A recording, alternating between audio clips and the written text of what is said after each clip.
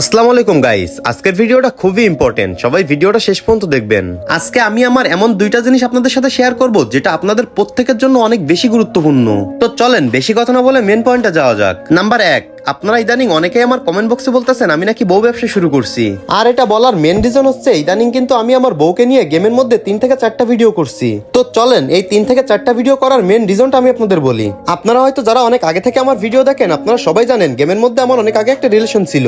আর সেই মেয়ে খারাপ হওয়ার জন্য কিন্তু আমি তার সাথে সমস্ত যোগাযোগ বিচ্ছিন্ন করি এবং তারপরে আমার পছন্দ এবং আমার ফ্যামিলির পছন্দে কিন্তু আমি একটা মেয়েকে বিয়ে করি। কিন্তু গাইস, আগে যে মেয়েটাকে নিয়ে ভিডিও করতাম ওই মেয়েটার নাম কিন্তু অনেকেই আমার কমেন্ট বক্সে এসে বলে, আর এটা কিন্তু আমার বউ সহ্য করতে পারতো না।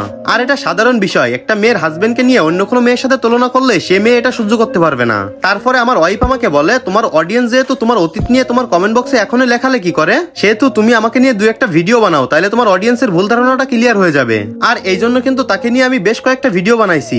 বেশ কয়েকটা বলতে ভুল হবে, আমাদের বিয়ের কিন্তু প্রায় 1 বছর অতিবাহিত হয়ে গেছে, কিন্তু এই 1 বছরে বেশি হইলে 5 থেকে 6টা ভিডিও আমি তাকে নিয়ে করছি। আর সেই ভিডিওগুলো কিন্তু কোনো অশ্লীল ভিডিও ছিল না, মোটামুটি সাধারণ ভিডিওই ছিল।